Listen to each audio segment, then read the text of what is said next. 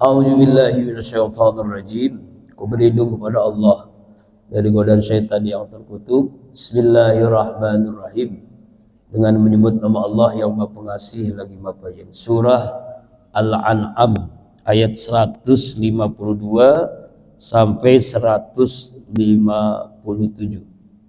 Allah Subhanahu wa taala berfirman, "Wala taqrabu, janganlah kalian mendekati, menikmati malal yatimi, harta anak-anak yatim, illa kecuali billati hiya ahsan, dengan cara terbaik." Ahsan itu terbaik, kalau hasan baik, kalau ahsan terbaik.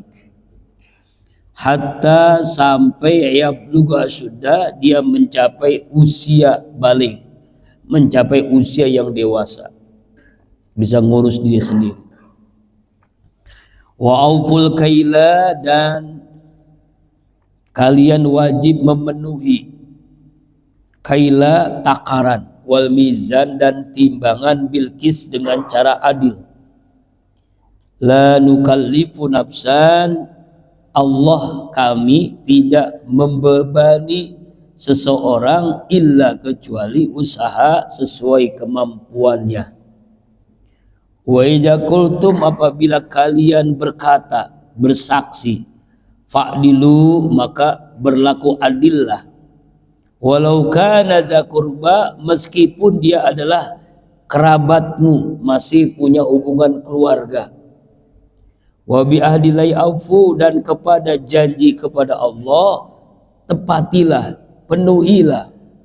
Dzalikum, demikian itu, wasakum, Allah telah berwasiat kepada kalian semua, bihi, dengan hal itu, la'allakum tazakkarun, agar kalian selalu ingat. Nah, ini terjemahnya. Mari kita lihat tafsirnya ya. Yang pertama tafsir Jalalain, Imam Jalaluddin As-Suyuti dan Imam Jalin Al-Mahali menjelaskan, wala taqrabu malal yatim billati ya ahsan adalah janganlah kalian mendekati harta anak yatim dengan cara yang terbaik, bil khoslatil lati ahsan, dengan sikap yang terbaik.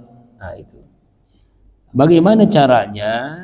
Yaitu dengan cara, misalnya nih, ada orang kaya, bapaknya meninggal, anak yatimnya masih kecil-kecil, uangnya miliaran. Kalau dia ngurus nggak mungkin, karena masih kecil-kecil.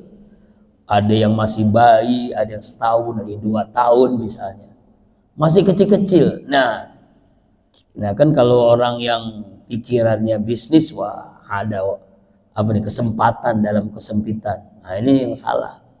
Kita boleh memanfaatkan harta anak yatim dengan cara terbaik. Misalnya bagaimana kita atur tuh harta yang dimiliki itu, warisan itu, agar anak itu bisa sekolah, ya, agar anak itu ya dia bergizi, makannya dengan makanan yang sehat misalnya.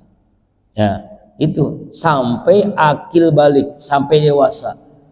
Ya bluga sudah sampai akil balik. Jadi dalam ayat 152 ini tentang bagaimana mengurus harta anak yatim. Karena anak yatimnya kaya raya, hartanya tidak ada yang ngurus, lalu kita orang yang terdekat, misalnya masih saudara, masih keluarga, atau juga masih tetangga dekat gitu. Kalau dia ngurus nggak mungkin. Ya, artinya dengan cara ahsan, ya. Ahsan itu beda dengan hasan.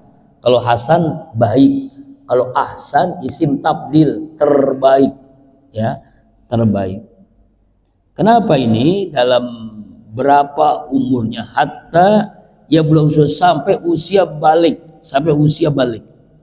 Nah, dalam beberapa pendapat, dalam tafsir Ibnu Katsir dijelaskan menurut Asy-Sya'di sampai usia 30 tahun.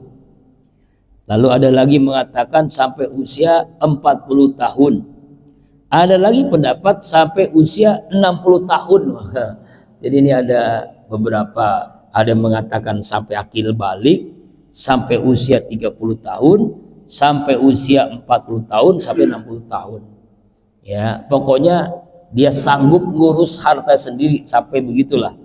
Maka di sini tidak jelaskan ya, ini hanya pemahaman dari ayat hatta yablugha asyuddah, sampai dewasa, sampai balik. Nah, itu jadi tidak ada ditentu, ulama berbeda pendapat. Akil balik 30 tahun, 40 tahun, sampai 60 tahun. Ya, kalau dia belum bisa ngurus hartanya, diurus oleh kita, silakan. Nah, ini bagian daripada apa? Menyelamatkan anak yatim agar tidak terbengkalai, padahal hartanya banyak. Ini maksudnya anak yatim yang kaya ya, bukan anak yatim yang miskin. Karena di sini menjelaskan harta anak yatim. Kemudian dalam ayat ini juga menjelaskan hal lain. Wa aufu al-kaila, penuhilah takaran, wal mizan, dan timbangan, bilkis, dengan cara yang adil. Setelah Allah menjelaskan masalah harta anak yatim, kemudian tentang masih ayat ini 152, Allah memerintahkan untuk berlaku adil dalam jual beli, yaitu dalam takaran dan timbangan. Ya, takaran dan timbangan itu harus adil. Ya, sebab kalau nggak adil bahaya Pak. Dalam surah Al-Mutaffifin, wailul lil mutaffifin, neraka wel buat orang yang curang. Curangnya apa? Alladzina yaqtalu 'alan nasi yastawfun, apabila menerima takaran mereka minta dipenuhi. Wa idza kaluhum aw wazim yuhsirun, apabila mereka menakar menimbang untuk orang lain dia kurangi. Kalau dia beli ingin lebih, kalau dia jual ingin kurang. Nah, ini jadi mengurangi dan menambah. Ya, misalnya kita beli telur misalnya, ya, kita yang beli pengennya ditambah, kita yang jual pengennya dikurangi dengan manipulasi misalnya timbangannya, ya, supaya timbangannya itu menguntungkan penjual. Ini nggak boleh Pak, ini dapat neraka wel. Makanya di sini Allah memerintahkan wa'uful kaila wal mizan, penuhi ya dengan adil takaran dan timbangan, bila adli wa tarkul bahsi. Jadi dalam tafsir Jalalain ya, yaitu dengan meninggalkan kecurangan dalam jual beli. Ya, tidak boleh nih. Ya. Bahkan dalam hadis Rasulullah sallallahu alaihi wasallam dari Ibnu Abbas, ya, innakum hulitum amron halakat bihil amam salifatul qablakum, sesungguhnya kalian diserahi sebuah urusan yang pernah membuat binasa hancur umat-umat terdahulu sebelum kalian. Apa itu? Curang dalam jual beli, mengurangi timbangan, ya, itu. Ini bahayanya, Allah hancurkan.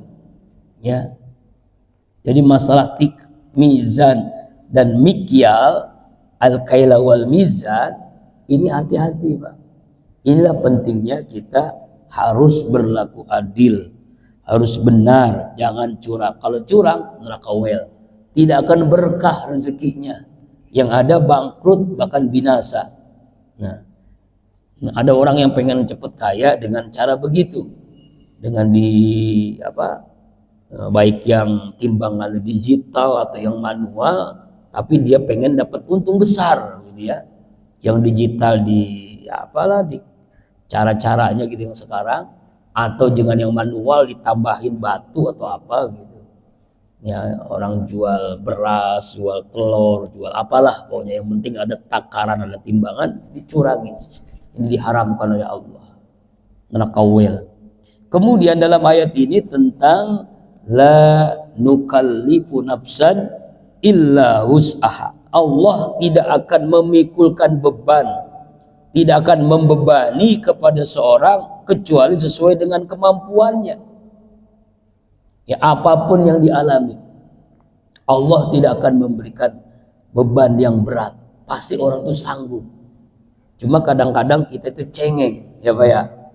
Ya misalnya ada yang diuji dengan hutang, ada yang diuji dengan sulit rezeki, ya mampet rezekinya, ada yang disulit dengan penyakit, ada yang diuji dengan masalah-masalahnya. Dia berat, loh, berat, tapi Allah tidak akan membebani. Ya, ayat ini juga sesuai dengan Al-Qur'an, ayat yang lain ya. Dalam surah Al-Baqarah yang sering kita baca kan. Ya kan? Apa namanya? La yukallifullahu nafsan illa wus'aha. Allah tidak akan memberikan ya beban kecuali sesuai dengan kemampuannya. La nukallifu nafsan illa wus'aha. Ya. Yang menarik coba dah. Ada dua masalah. Pertama, ngurus harta anak yatim. Kedua, tentang jual beli. Kok tiba-tiba di sini Allah tidak membebani? Artinya kalau kita tidak sanggup ya mengurus anak yatim, berat, jangan. Tapi kalau kita sanggup, lakukan sesuai kesanggupan. Kalau kita jual beli, ya sesuai dengan sanggupan. Kita udah berlaku adil nih, tapi ada yang curang juga, itu di luar kemampuan kita misalnya. Makanya di sini la nukallifu nafsan illa wus'aha. Gitu ya. Kemudian masih ayat 152. Ini luar biasa, satu ayat temanya banyak gitu ya. Yatim, jual beli timbangan, ya masalah timbangan, kemudian masalah Allah tidak membebani. Yang keempat, wa iza qultum fa'dilu. Apabila kalian bersaksi, nah ini dalam saksi ini, misalnya persidangan di depan hakim pengadilan, fa'dilu, berlaku adillah kalian semua. Jaksanya, hakimnya, pengacaranya, saksinya harus berlaku adil. Walau kana zar qurba, meskipun dia itu keluarga kamu. Makanya Rasul mengatakan, jika putriku Fatimah mencuri, maka aku akan potong tangannya. Ya, akan aku potong dengan tanganku sendiri. Tuh, Rasulullah mengatakan begitu. Kalau sekarang kan orang, ya jangankan keluarga, kadang-kadang apa KUHP karena uang habis perkara, ya bayar. Yang penting siapa yang bayar. Jadi membela, bukan membela yang benar, membela yang bayar. Semakin bayaran gede, semakin, nah seperti itu. Contohnya ijazah palsu. Kalau asli nggak mungkin ya. Kalau asli selesai itu. Ya ketua MK misalnya kan, asli sani mengungkapkan, ya ini ijazah saya, ini S1, ini S2, ini S3, selesai itu. Nggak sampai berjam-jam, berhari-hari, berbulan-bulan, sampai tahun-tahunan. Nah kalau sampai bertahun-tahun sampai seperti ini, namanya nggak mungkin asli. Kalau asli nggak mungkin sampai berlama-lama begini Pak ya.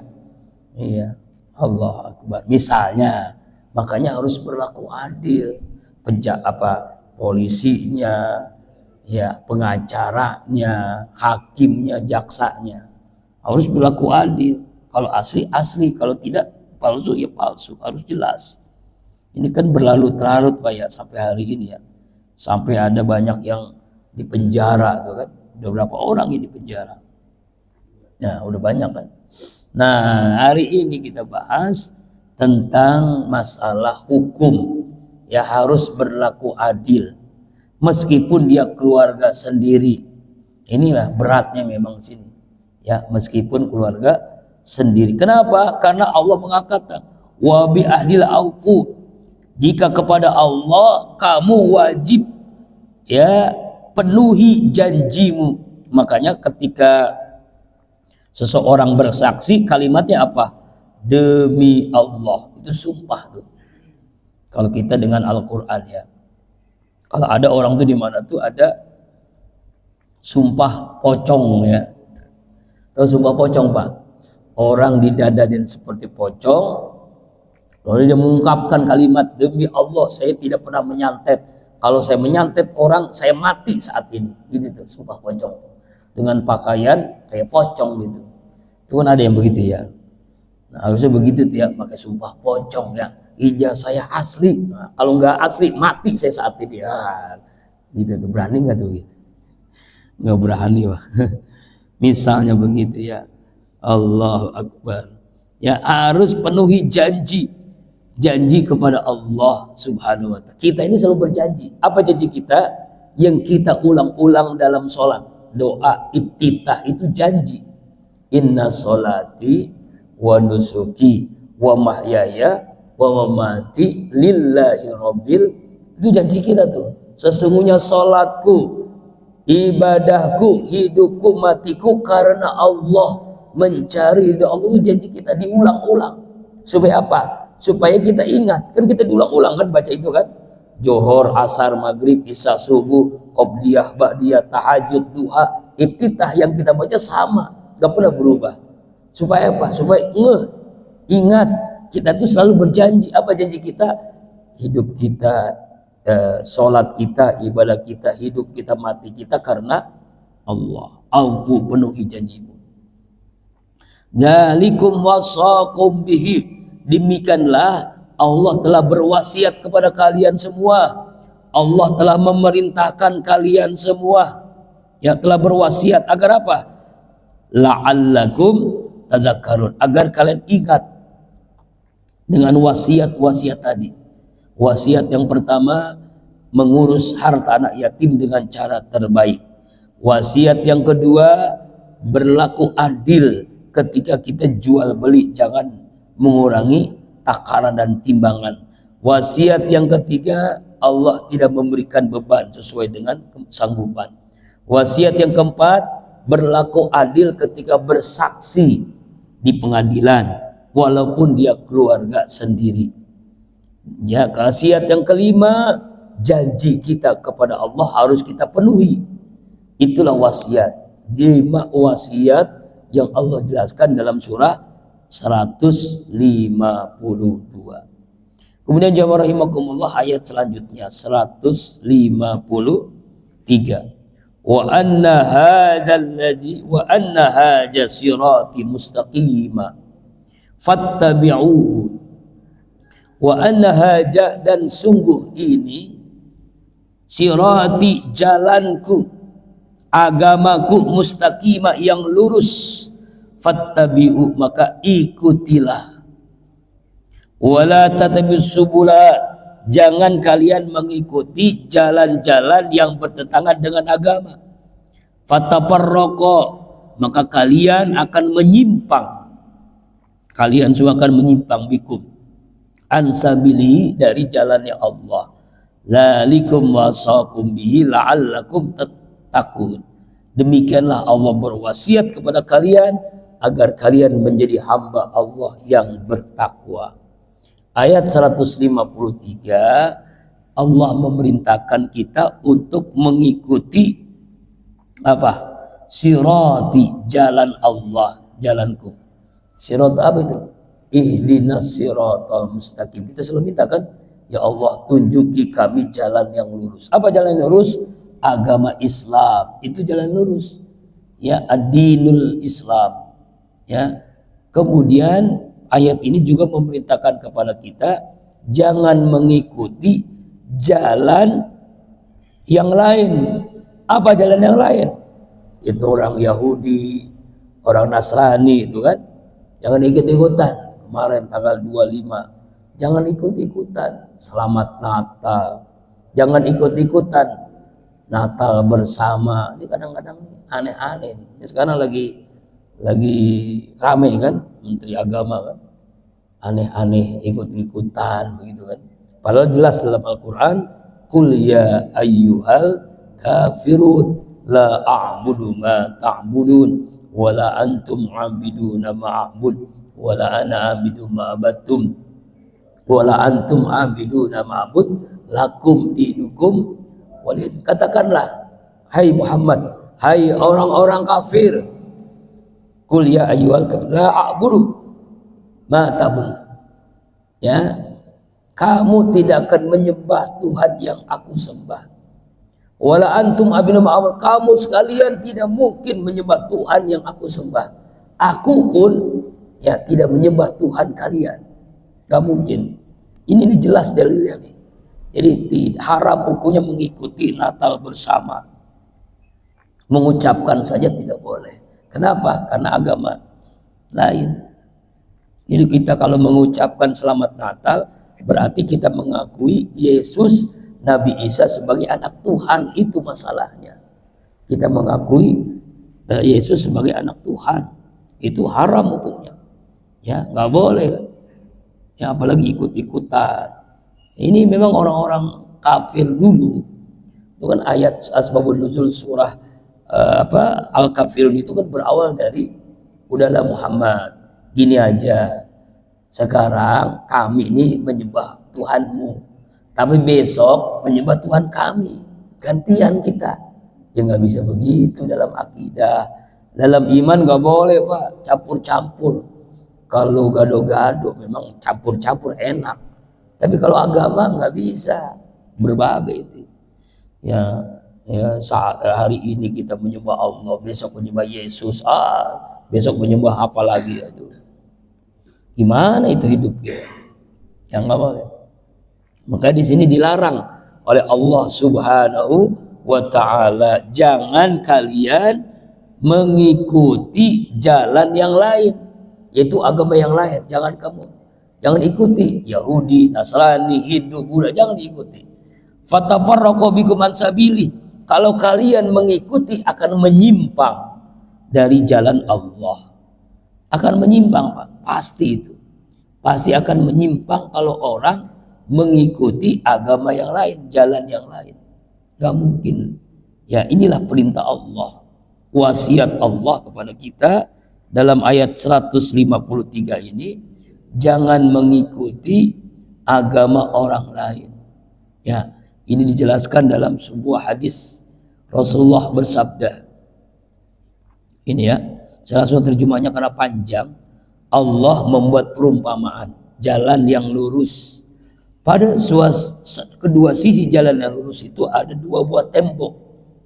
Yang pada kedua tembok itu ada banyak pintu yang terbuka dalam keadaan tertutup oleh penutup yang dijuraikan. Pada pintu yang terdapat juru seru mengatakan, hai manusia, marilah kalian memasuki jalan yang lurus ini. Jangan kalian bercerai-berai. Dan yang satu lagi ada yang ngomong, juru penyuruh lagi. Apabila hendak buka salah satu dari pintu, juru seru tersebut berkata, celakalah kamu, jangan kamu buka. Jika kamu bukanya, kamu pasti memasukinya. Apa itu? Neraka. Nah, jalan ini adalah perumpamaan agama Islam. Kedua tembok ini adalah perumpamaan batasan-batasan Allah. Pintu yang terbuka itu perumpamaan hal-hal yang diharapkan Allah. Pintu yang ditutup itu, pintu yang selanjutnya adalah pintu perumpamaan Al-Quran. Juru penyuruh itu adalah nasihat Allah yang ada dalam setiap hati setiap muslim. Tuh, sampai Rasulullah menggambarkan jalan yang lurus dengan jalan yang menyimpang. Ya, jalan lurus itu seperti pintu yang lurus, pintu yang menyimpang. Yang kalau kita buka neraka. Ya, itu makanya jangan campur aduk dalam beragama. Fattabi'u wala tabil sulat. Ikuti jalanku, agamaku, jangan kalian mengikuti agama orang lain. Bahkan ayat ini dijelaskan oleh Allah dalam surah Al-Baqarah ayat 257. Allahu waliyul ladzina amanu yukhrijum minaz zulumati ilan nur wal ladzina kafaru awliyahumut taghut yukhrijunahum minan nuri ilaz zulumat ulaika ashabun nari hum fiha khalidun. Allah pelindung orang-orang yang beriman. Dia mengeluarkan dari kegelapan kepada cahaya iman. Orang-orang kafir pelindungnya adalah setan yang mengeluarkan mereka dari cahaya kepada kekafiran, kepada kegelapan. Mereka itulah penghuni neraka, mereka kekal di dalamnya. Jadi Pak, ini kan jelas sekali. Orang yang tidak menyembah Allah pasti intinya menyembah setan, apapun agamanya. Kalau orang bukan menyembah Allah, dia menyembah setan dan dia adalah penghuni neraka, kekal di dalam neraka. A'udzubillah, summa na'udzubillah min dzalik. Ya, makanya di ujung ayat, demikianlah Allah berwasiat agar kalian menjadi hamba Allah yang bertakwa. Kemudian selanjutnya ayat 155. Wa hadza kitabun anzalnahu, dan ini Al-Qur'an adalah kitab yang kami turunkan, mubarakun, yang penuh dengan keberkahan, fattabi'u, maka ikutilah Al-Qur'an, wattaqu, dan bertakwalah kalian kepada Allah, la'allakum turhamun, agar kalian 154 dulu ya. Summa ataina Musal kitaba. Mata saya ini karena malam nih tidurnya kurang ya, bocah ini datang malam banget jadi ikut begadang, jadi mata jadi ke bawah baik, belum di atas. Iya, summa kemudian 154 dulu ya. Ataina Musal kitab, kami Allah telah memberikan kepada Nabi Musa akan kitab. Maksud kitab di sini adalah Taurat, kitab Taurat. Tamaman, sebagai penyempurna nikmat Allah. Alalladzina, atas orang yang ahsana, yang selalu berbuat kebaikan. Wa tafsilan, dan sebagai penjelasan. Likulli syai'in, bagi setiap sesuatu. Wa hudan, sebagai petunjuk. Wa rahmah, sebagai rahmat kasih sayang Allah. La'allahum, agar mereka orang-orang yang mengikuti kitab Taurat, yaitu Bani Israel, biliqai, ya, ketika berjumpa Rabbihim, Tuhan mereka Allah, yu'minun, mereka beriman. Ini di ayat ini tentang Allah telah memberikan kitab Taurat kepada Nabi Musa alaihissalam. Apa? Kitab Taurat itu kitab untuk menyempurnakan mukjizat yang Allah berikan kepada Nabi Musa. Kita tahu Nabi Musa ini punya tongkat, bisa membelah lautan, bisa menjadi ular, bisa getokin batu-batu, bisa mengeluarkan air misalnya. Ya, begitu tuh. Ya, pokoknya. Nah, lalu disempurnakan oleh Allah dengan kitab Taurat. Kitab Taurat ini kitab yang apa? Yang menjelaskan, ya, menjelaskan secara jelas orang yang berbuat baik, ya, bagi setiap orang, sebagai hudan, petunjuk Allah dengan kitab Taurat, warahmah, dan sebagai rahmat kasih sayang Allah kepada siapa? Kepada Bani Israel, la'allahum, agar mereka ketika membaca kitab Taurat, menjalankan isinya, berjumpa dengan Allah, yu'minun, mereka yakin, mereka beriman kepada Allah subhanahu wa ta'ala. Inilah kitab Taurat ya Pak. Kitab Taurat itu ada dalam kitab Taurat nanti tentang menjelaskan Nabi yang terakhir, yaitu namanya Muhammad, di kota Arab, di kota Mekah ya itu. Jadi kalau sekarang Bapak baca kitab Taurat, itu kemungkinan besar Tauratnya sudah palsu, bukan Taurat yang asli. Ya, kalau Taurat yang asli udah nggak ada ya. Ya, udah pasti dicampur dengan ya ungkapan-ungkapan para pendeta orang-orang Yahudi. Ini 154 tentang kitab Taurat. Baru 155, wa hadza kitabun, ini Al-Qur'an ada sebuah kitab, anzalnahu, yang kami telah menurunkan akan kitab Al-Qur'an, mubarakun, penuh dengan keberkahan. Ya, Al-Qur'an turun dengan penuh keberkahan. Makanya orang yang membaca Al-Qur'an, Allah berikan keberkahan dalam hidupnya. Contohnya dalam hadis, Iqra'ul Qur'an ya'ti yaumal qiyamah syafi'an li ashabi, baca Al-Quran maka Allah akan berikan syafaat bagi orang yang membacanya. Nawwiru biyutakum bitilaatil Quran, terangi rumah kalian dengan Al-Quran. Jadi rumah itu gelap, serem kalau nggak ada bacaan Quran.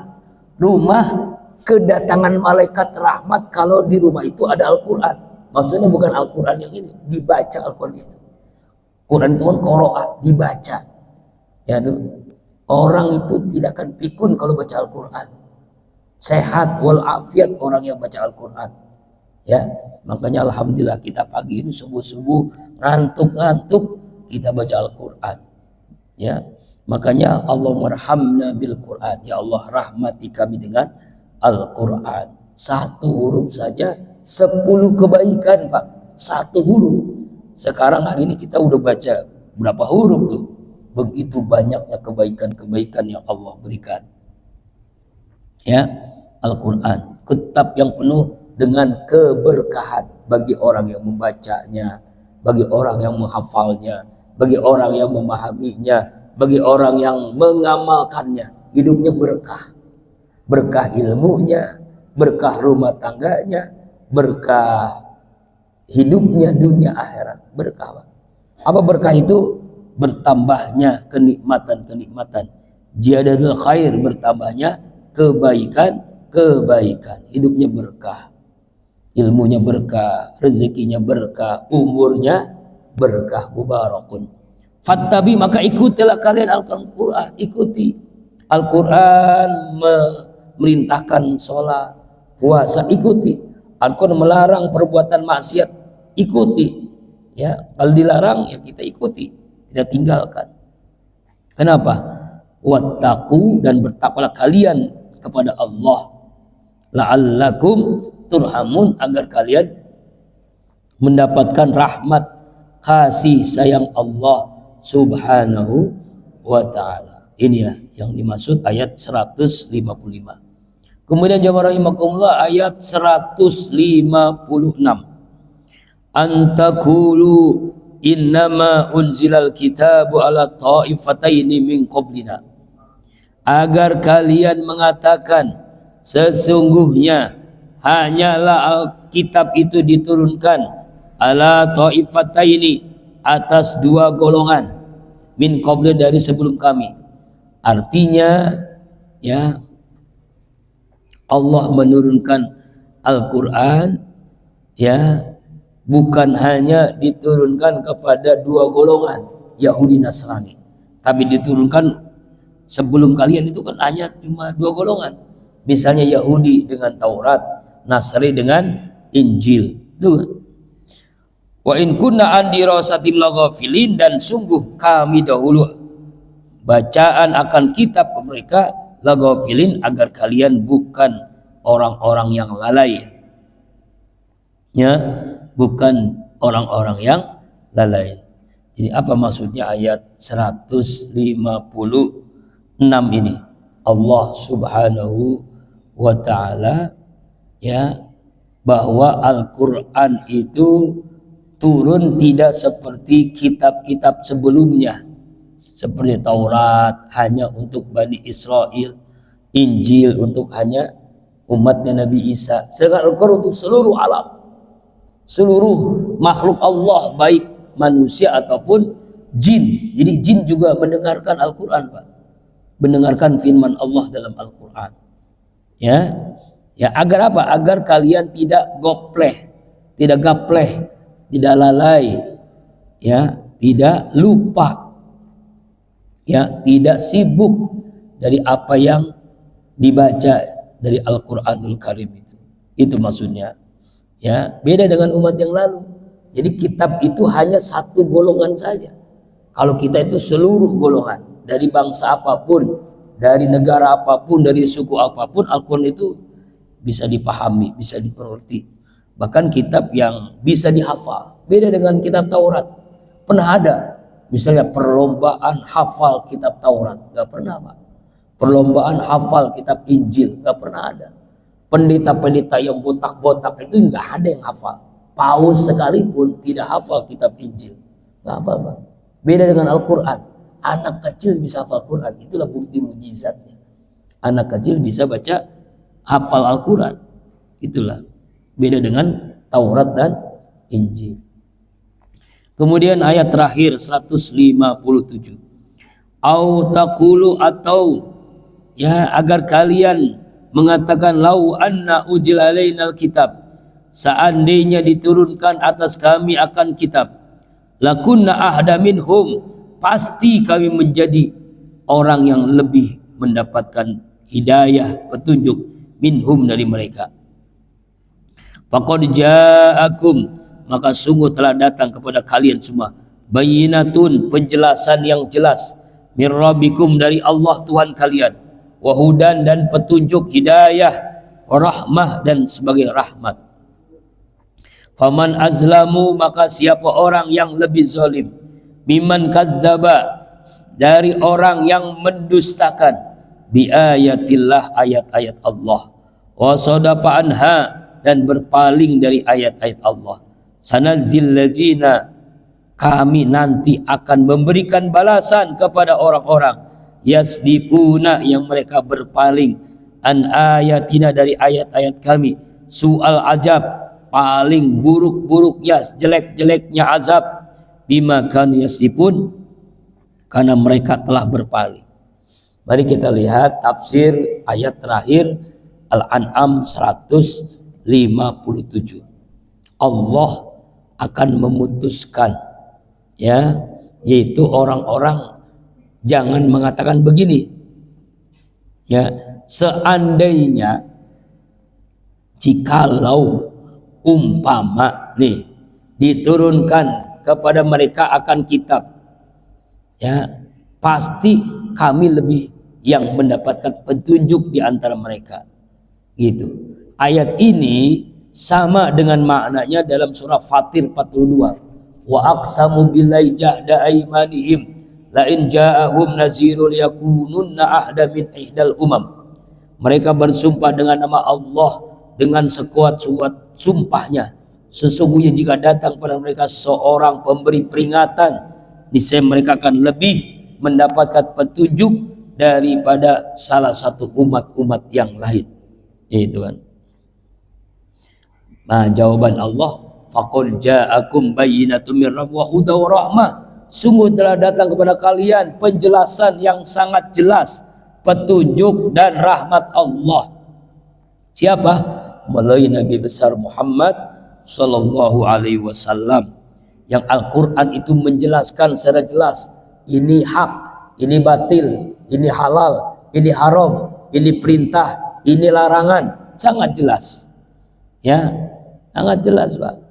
Siapa yang mendustakan, yang berpaling, dialah orang yang azlamu, orang yang paling zalim. Siapa dia? Orang yang mendustakan ayat-ayat Allah, yang tidak percaya dengan Al-Quran, itu namanya orang yang paling zalim. Wa sadaqa anha, dan berpaling dari Al-Quran, itulah orang yang paling zalim. Orang yang tidak percaya dengan Al-Quran, orang yang berpaling dengan Al-Quran. Ya. Kemudian kata Allah, sanazil ladzina yasdifuna an ayatina su'al azab. Kami nanti Allah akan membalas orang-orang yang berpaling dari Al-Quran. Ya, berpaling dengan Al-Quran. Dia tahu ini halal, ini haram, tapi dia tidak mengikutinya, dia mendustakannya, maka Allah akan berikan siksaan dengan siksa yang seburuk-buruknya, yaitu neraka jahanam. Na'udzubillahi min dzalik. Ya, di guru pintu. Kenapa? Bima kanu yasdifun, karena mereka telah berpaling dengan Al-Qur'anil Karim. Itu orang kafir yang tidak percaya dengan Al-Qur'an akan disiksa dengan siksaan yang sangat pedih. Wallahu a'lam bishawab. Insyaallah minggu depan ayat 100